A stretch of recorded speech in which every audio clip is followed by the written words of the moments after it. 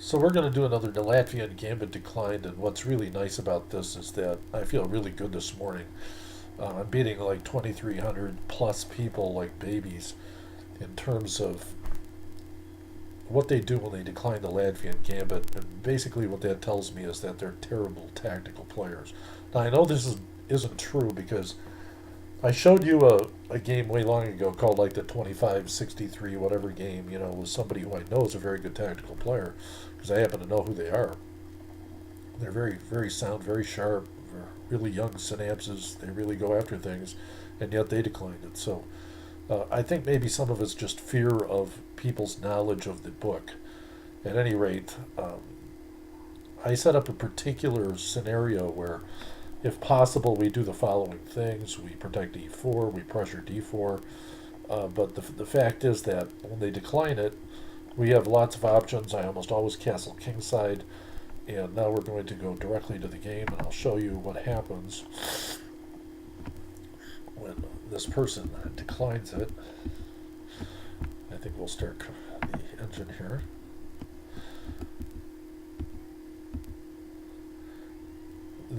Some engine must be doing this because an awful lot of players play these exact moves for white.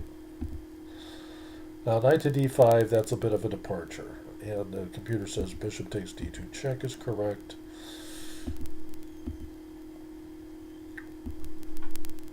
Now we're just playing very standard stuff. It says he should castle, but he plays this interesting move, c4.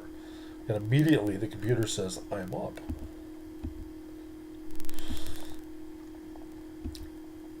Now, why am I up so much? Well, apparently knight to d4 is the way to go, but I don't do it. I'm still up.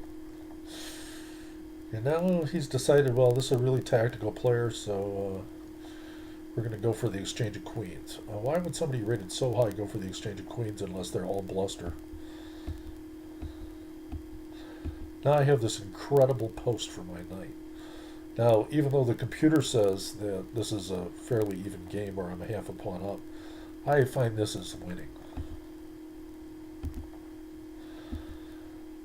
Now, on top of things, I forced him to set up a pawn chain, which gives him a bad bishop on one side of the board.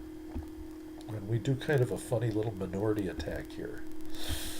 Even though our king is sitting right there, his rooks are disconnected, his bishop's on the back rank, he's got a bad bishop, and now it says he should be moving a rook to c1 and pushing.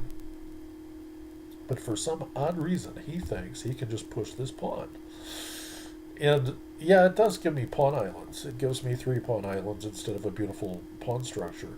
But a pawn's a pawn, so we just take the pawn, and he attempts to recover it, and I just cover it.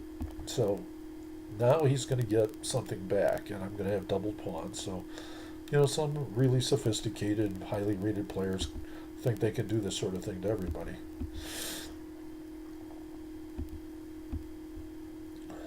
Now, as you see, we're just quietly building the position. Now, this person should be moving bishop to b3 and allowing his pawns to be doubled, which is kind of an interesting idea of Stockfish, but instead he moves it all the way over there.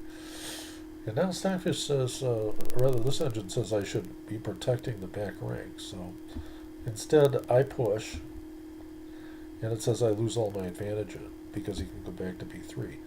But he doesn't do that. The reason I think he can go back to b3 happily, and this is a little hard to fathom. It looks like I can really infiltrate his position by simply moving rook over to a6, which now it suggests that's what I do. So bishop to b3 was a prophylactic for that, and now his position is lost. Although I did move rook to a6, I notice I'm not playing perfect exact chess.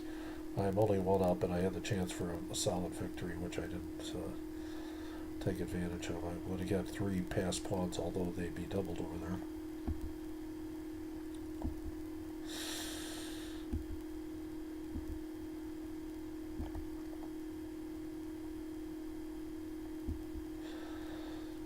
Now, somebody taught me a long time ago the place for a rook is behind passed pawns.